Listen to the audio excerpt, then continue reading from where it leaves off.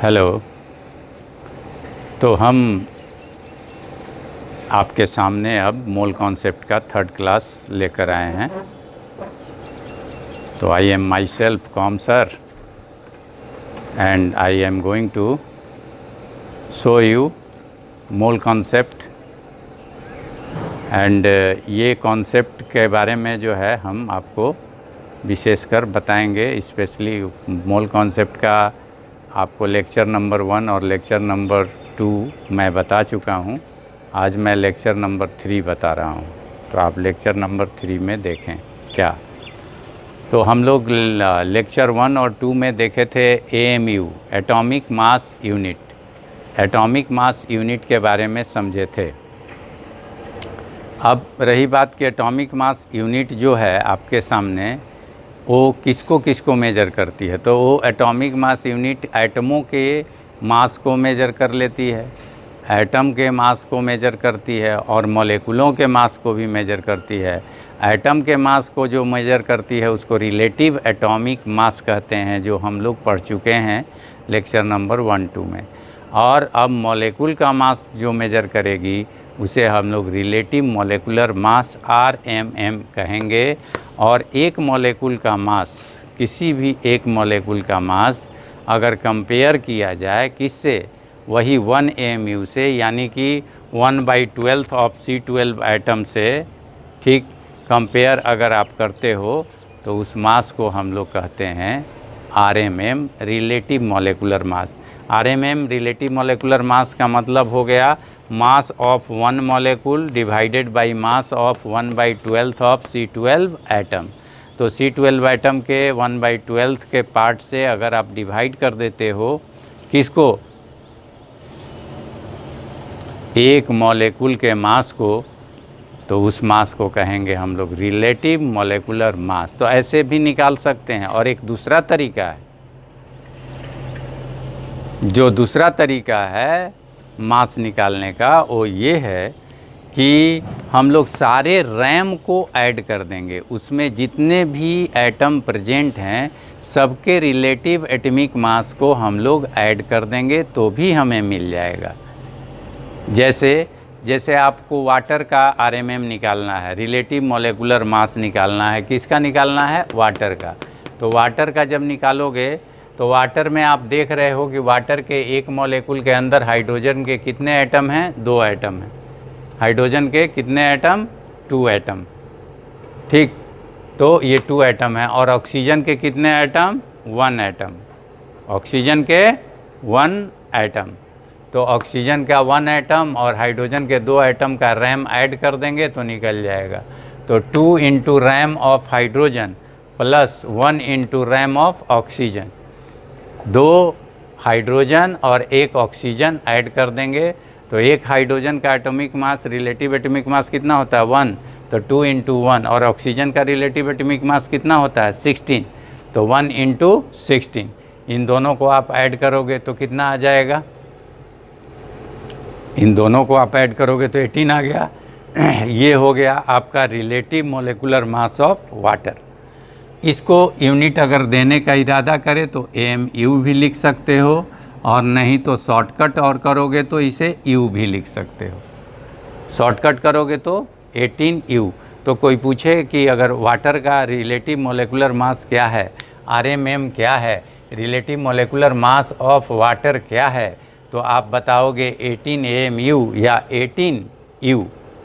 इसी तरह से कोई अगर पूछ दिया आपसे कि relative molecular mass of H2SO4 क्या है, H2SO4 का रिलेटिव मॉलिक्यूलर मास क्या है, तो आप क्या करोगे, 2 into relative atomic mass of hydrogen. इसमें हाइड्रोजन का नंबर कितना है, 2 है, हाइड्रोजन के नंबर 2 हैं। तो 2 into relative atomic mass of hydrogen.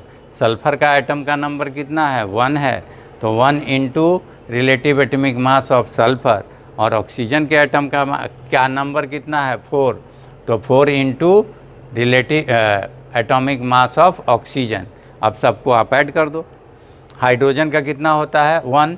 तो 2 इंटू 1 प्लस सल्फ़र का कितना होता है, 32। तो 1 इंटू 32। और ऑक्सीजन का कितना होता है, 16। तो 4 इंटू 16।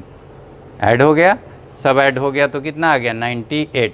98 को तुम AMU भी लिख सकते हो और क्या लिख सकते हो, 98 को AMU लिख सकते हो या फिर 98 तुम U भी लिख सकते हो, 98 U भी लिख सकते हो।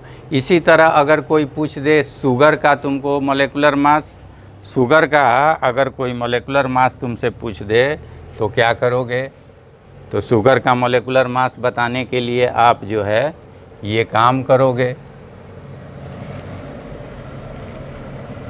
शुगर का फार्मूला तो आप जानते हो, शुगर का फार्मूला आपको पता है, तो शुगर का फार्मूला क्या होता है C12H22O11। तो अगर किसी ने RMM शुगर का पूछ दिया,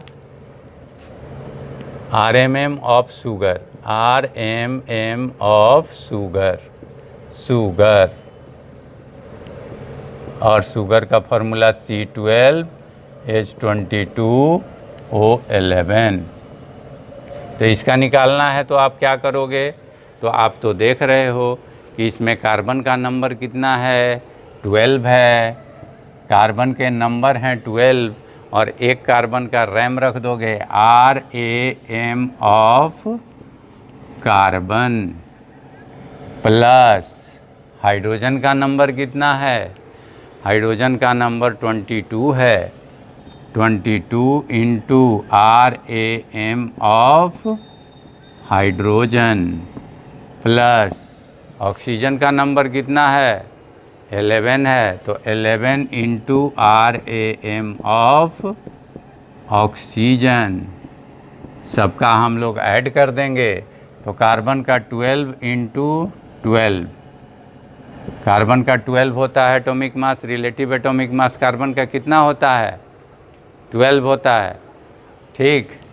तो ये हो गया, और हाइड्रोजन का कितना होता है 1, तो 22 इंटू 1, और ऑक्सीजन का कितना होता है 16, तो 11 इंटू 16, सबको आप ऐड कर दोगे तो आ जाएगा 342 AMU, और इसी को शॉर्ट में लिखोगे 342U।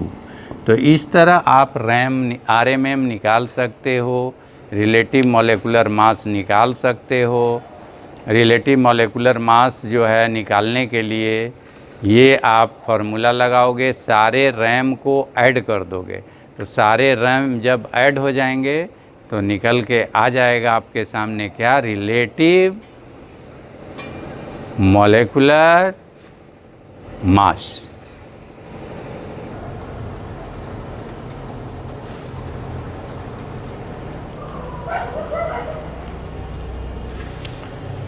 तो आप लोग लिख लिए और देख लिए।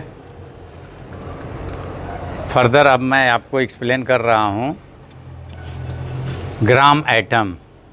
ग्राम एटम क्या है, तो जब एटॉमिक मास को या रिलेटिव एटॉमिक मास को, रिलेटिव एटॉमिक मास को जब हम लोग एक्सप्रेस करते हैं किस चीज़ में, ग्राम में, तो उसे कहते हैं ग्राम एटम।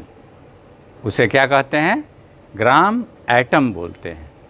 किसी भी चीज़ का रिलेटिव एटॉमिक मास जो भी है उसी को ग्राम में बोल दीजिएगा तो ग्राम एटम हो जाएगा। हाँ, जैसे मान लीजिए कि आप किसी का भी जानते हैं, जैसे सोडियम का ही ले लीजिए, सोडियम का RMM आए थे, रिलेटिव एटॉमिक मास रैम कितना जानते हैं, 23 AMU जानते हैं।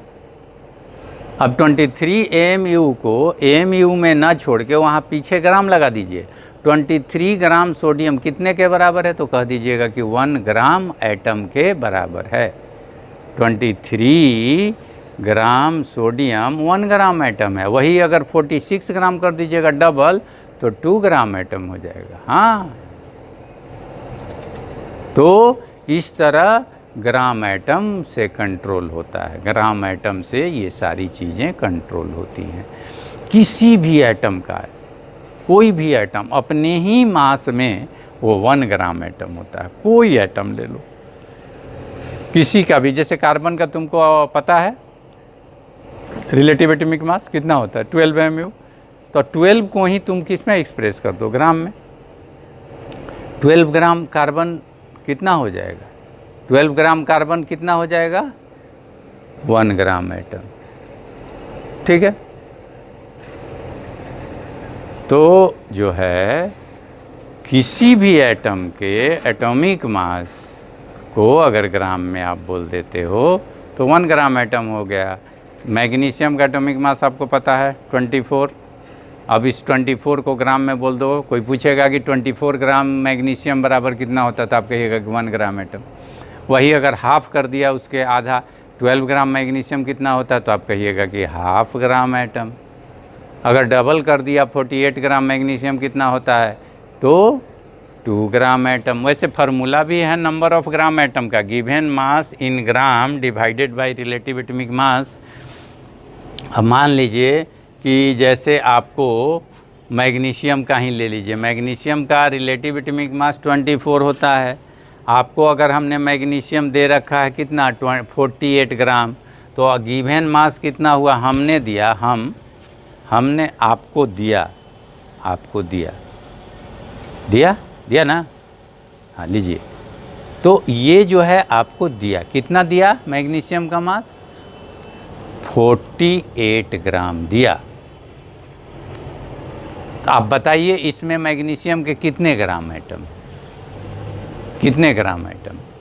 तो आप कहिएगा कि सर जो आपने दिया वो रख देंगे ऊपर, जो आपने दिया हमें उसे रख देंगे हम ऊपर, और नीचे रख देंगे रिलेटिव एटॉमिक मास यानी 24 मैग्नीशियम दिया है आपने।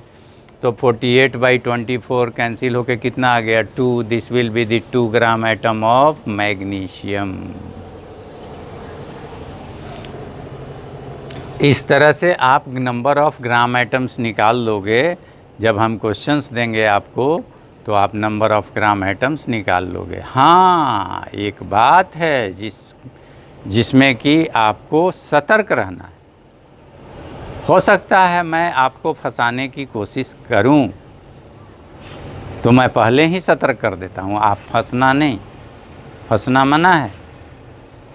मैं कोशिश करूंगा, हर क्वेश्चन पूछने वाला, हर टीचर ये कोशिश करता है कि इसका जवाब देने वाला किसी न किसी तरह से फंस जाए क्वेश्चन में, वो जवाब ना दे पाए। ये क्वेश्चन, हर एक क्वेश्चन पूछने का यही एक उद्देश्य होता है। हर क्वेश्चन का एक उद्देश्य कि जवाब देने वाला उस क्वेश्चन में फंस जाए और जवाब न दे सके। और हर जवाब देने वाला इस चक्कर में पढ़ाई करता है कि हम उस हर बारीक चीज़ को जानें जहाँ क्वेश्चनों में फंसाया जाता है। हम उस हर बारीक चीज़ को जानें जहाँ क्वेश्चनों में फंसाया जाता है। तो इसलिए आप उस बारीक चीज़ को जानो। ग्राम में मास लिखना होगा ऊपर। हो सकता है देने वाला केजी में दे दे, तो केजी को ग्राम में चेंज करके ही यहाँ रखोगे, क्योंकि ये ग्राम एटम है। तो केजी को ग्राम में चेंज करके ही रखोगे। अगर ग्राम में चेंज नहीं किए तो गलत हो जाएगा। फिर अगला जो देने वाला है वो मिलीग्राम में भी देगा, अलग अलग यूनिट में देगा, केजी में देगा, मिलीग्राम में देगा। तो आपको समझना है भैया कि मिलीग्राम में ये दे रहा है, मैं इससे ग्राम एटम कैसे निकालूंगा, तो इसको ग्राम में चेंज करूंगा। तो मिलीग्राम को ग्राम में चेंज करने के लिए 10⁻³ से मल्टीप्लाई कीजिएगा, और केजी को ग्राम में चेंज करने के लिए 10⁻³ किससे मल्टीप्लाई कीजिएगा, 3 से मल्टीप्लाई कीजिएगा। 1 kg इज इक्वल टू 10⁻³ ग्राम, और 1 मिलीग्राम इज इक्वल टू 10⁻³ ग्राम।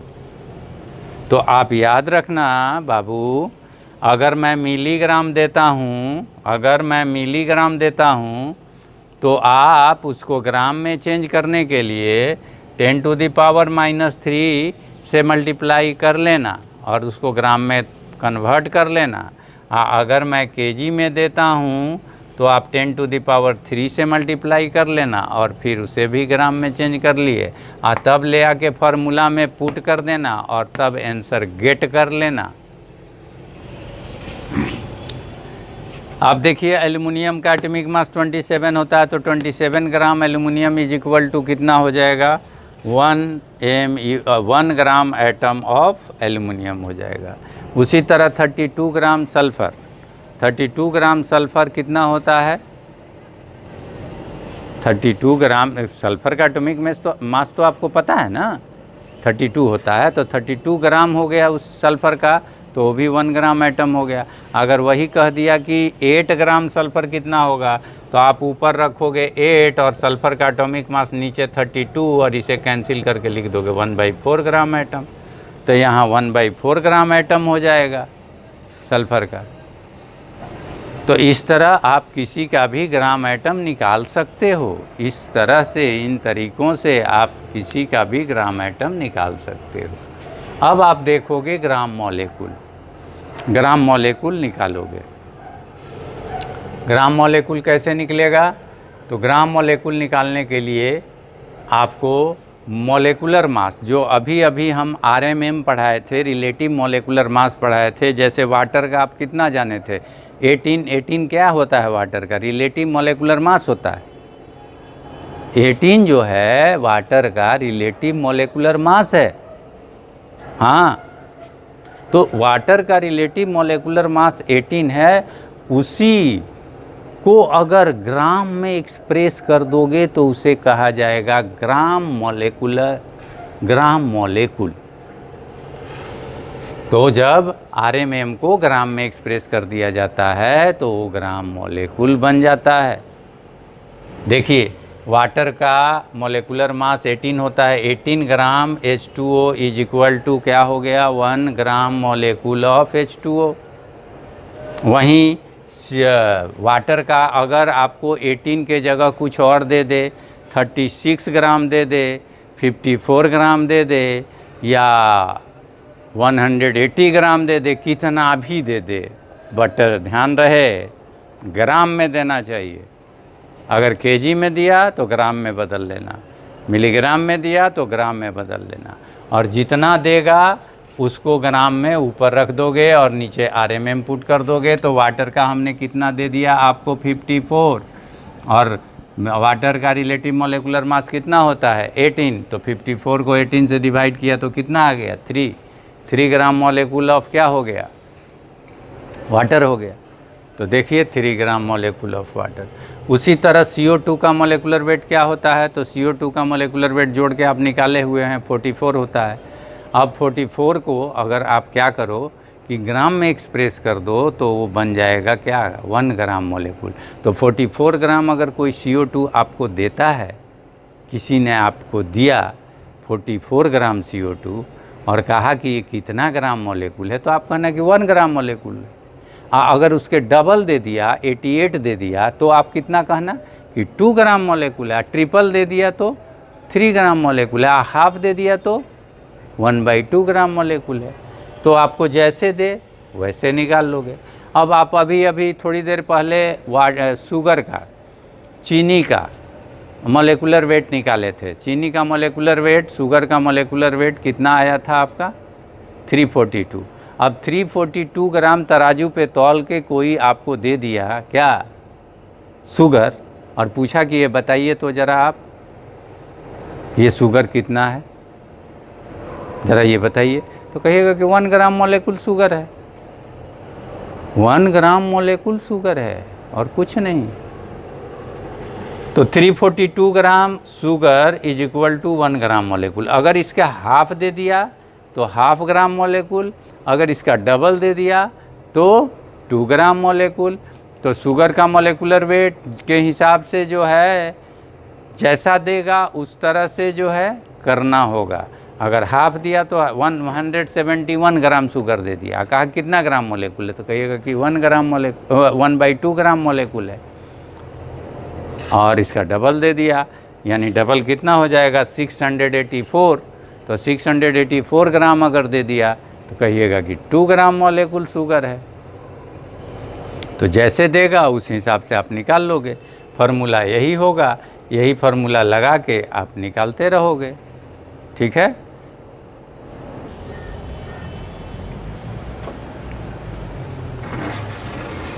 हाँ, तो अब ग्राम एटम और ग्राम मॉलिक्यूल निकालने का जो है कोशिश कीजिए। आपको क्वेश्चंस दिए हुए हैं, तो आप जानते हो कि ग्राम एटम निकालने के लिए हमें फार्मूला है number of gram atoms, number of gram atoms is equal to, क्या फार्मूला है बताइए? आपको तो पहले से पता है, आप तो जानते हो। तो क्या फार्मूला है इसका? तो given mass in gram, given मास किस चीज़ में? इन ग्राम, ग्राम में मास दिया हुआ रहना चाहिए, डिवाइडेड बाई क्या? Relative atomic mass. तो गिवन मास इन ग्राम है, यहाँ मास किस चीज़ में दिया हुआ है? मास किस में दिया है? फास्फोरस का केजी में दिया है। तो यही चाह रहा है कि आप केजी वाला गेम में फंस जाएं, तो आप तो फंसोगे नहीं, कोई लाख कोशिश कर ले, क्योंकि तो कंसेप्ट ले चुके हो कि जब भी मास देना होता है किस चीज़ में देना होता है? ग्राम में। तो तुम जो है 3.1 केजी है, इसको ग्राम में चेंज कर लोगे, और ग्राम में चेंज करने वाला फार्मूला अभी देखे हो। तो ग्राम में चेंज करने के लिए कितना से मल्टीप्लाई करते हैं? 3.1 इंटू 10⁻³ केजी को ग्राम में चेंज करना है तो कितना से मल्टीप्लाई कर दीजिएगा? 10⁻³ से। और मिलीग्राम को ग्राम में चेंज करना है तो 10⁻³ से। तो हमने चेंज कर लिया। अब जो है फास्फोरस का रिलेटिव एटॉमिक मास, तो फास्फोरस का रिलेटिव एटॉमिक मास आपको पता होगा कितना होता है रिलेटिव एटॉमिक मास फास्फोरस का? तो आपको पता है 31 हो गया। तो अब जो है आप इसको 0.1 हो जाएगा, और ये मल्टीप्लाई करके कितना आ जाएगा? 100 ग्राम एटम। तो फास्फोरस के ग्राम एटमों का नंबर कितना आ जाएगा? कितना आ जाएगा? 100 ग्राम एटम्स ऑफ फास्फोरस। तो ये जो है आपके सामने आ गया ग्राम एटम्स ऑफ फास्फोरस। अब आप देखिएगा, यहाँ भी एक क्वेश्चन और है, एक क्वेश्चन यहाँ भी है। इस क्वेश्चन में आपके लिए मुश्किल दो चीज़ें हैं। एक तो कि मिलीग्राम दिया है, तो मिलीग्राम को ग्राम में बदलने के लिए तो हमने कंसेप्ट बता दिया, इसलिए आप मुश्किल में फंसने वाले नहीं हो। तुम मुश्किल में नहीं फंसोगे, तुम तो बना दोगे, लेकिन फिर भी फंस जाओगे। क्यों फंस जाओगे? तो तुमको नीचे तो RMM लिखना है ना जी। यहाँ number of how many gram molecules निकालना है आपको। तो number of gram molecules is equal to given mass in gram, given mass in gram. ठीक है, तो ग्राम में ये मास जो दिया रहे वो रख देंगे, और नीचे जो है रखेंगे रिलेटिव मॉलिक्यूलर मास। और रिलेटिव मॉलिक्यूलर मास ये तो आप ग्राम में बदल के रख लोगे, मिलीग्राम को ग्राम में बदल के रख लोगे, ये तो मेरे को समझ में आ रहा है कि तुमको हमने ट्रेनिंग दे रखा है, और तब इसलिए तुम जो है अब इसको ग्राम में चेंज करके रख लोगे। ठीक है, लेकिन फंस जाओगे कहाँ पे? RMM रिलेटिव मॉलिक्यूलर मास जो रखना है, इसी में फंस जाओगे। रिलेटिव मॉलिक्यूलर मास कितना होगा ये तुमको बताना होगा, और यही बताना तुम्हारे लिए जो है मुश्किल जॉब है। यहाँ तो तुमने फास्फोरस का बता दिया था रिलेटिव एटॉमिक मास 31, यहाँ एस्पिरिन का कैसे बताओगे? तो एस्पिरिन का तुम्हें जानना होगा formula, molecular formula of aspirin, molecular formula of aspirin क्या होता है? C9H8O4। ये जो है आगे ऑर्गेनिक में पढ़ना है तुम्हें कि एस्पिरिन का फॉर्मूला क्या होता है। तो ये है एस्पिरिन का मॉलिक्यूलर फार्मूला। अब इन सबको जोड़ोगे तब तुम्हें आरएमएम मिलेगा, जो कि अभी इसी क्लास में तुम सीखे हो। तो आरएमएम इज इक्वल टू कैसे पता करोगे, तो इन सबको जो है जोड़ेंगे, इन सबको ऐड करेंगे। तो कैसे ऐड करेंगे, तो 9 × 12 प्लस 8 × 1 प्लस 4 × 16 सबको आप ऐड कर दो। ऑक्सीजन का 4 × 16, कार्बन का 9 × 12, 12 9 जा कितना होता है, 12 9 जा कितना होता है, 108 होता है। हमको नहीं आता है। 12 9 जा 108, तो 108 प्लस ये 8 हाइड्रोजन का, और 16 4 जा जानते हो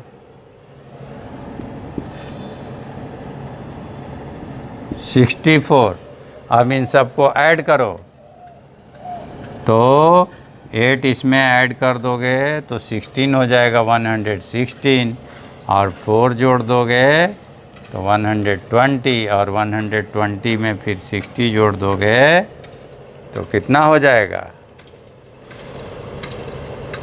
180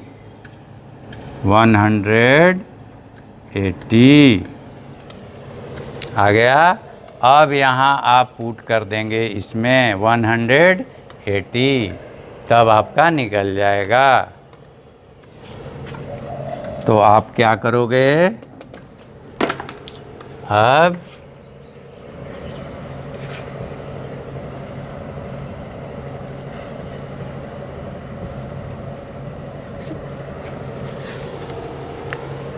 नंबर ऑफ ग्राम मॉलिक्यूल्स निकाल रहे हैं उस क्वेश्चन को यहाँ पे। तो given mass in milligram, given mass in gram 360 milligram दिया है। ग्राम में चेंज करने के लिए 360 × 10⁻³ और नीचे आरएमएम आप निकाल चुके हो कितना 180। ये 0 कैंसिल, ये कैंसिल, ये 2, ये 2 × 10⁻³ 2 × 10⁻³ आ गया। ये नंबर ऑफ ग्राम मॉलिक्यूल्स किसके, एस्पिरिन के। ठीक है, तो नंबर ऑफ ग्राम, इसको 2/10⁻³ और इसको 2/1000 भी लिख सकते हो, और इसको 0.002 भी लिख सकते हो। तो इस तरह से नंबर ऑफ क्या निकल गए, ग्राम मॉलिक्यूल्स निकल गए, नंबर ऑफ ग्राम मॉलिक्यूल्स निकल गए। ठीक है ना। तो नंबर ऑफ ग्राम मॉलिक्यूल्स निकालने के ये फार्मूला थे। और अब आप जो है इस मोल कॉन्सेप्ट पे बने रहिएगा। आपको लेक्चर नंबर 4 में मैं मोल के बारे में डायरेक्ट कॉन्सेप्ट दूंगा, कुछ स्पेशल कॉन्सेप्ट दूंगा। मोल अब आ गया, मोल का बेसिक चीज़ें हम लोग देख चुके हैं, अब मोल के आने की बारी है।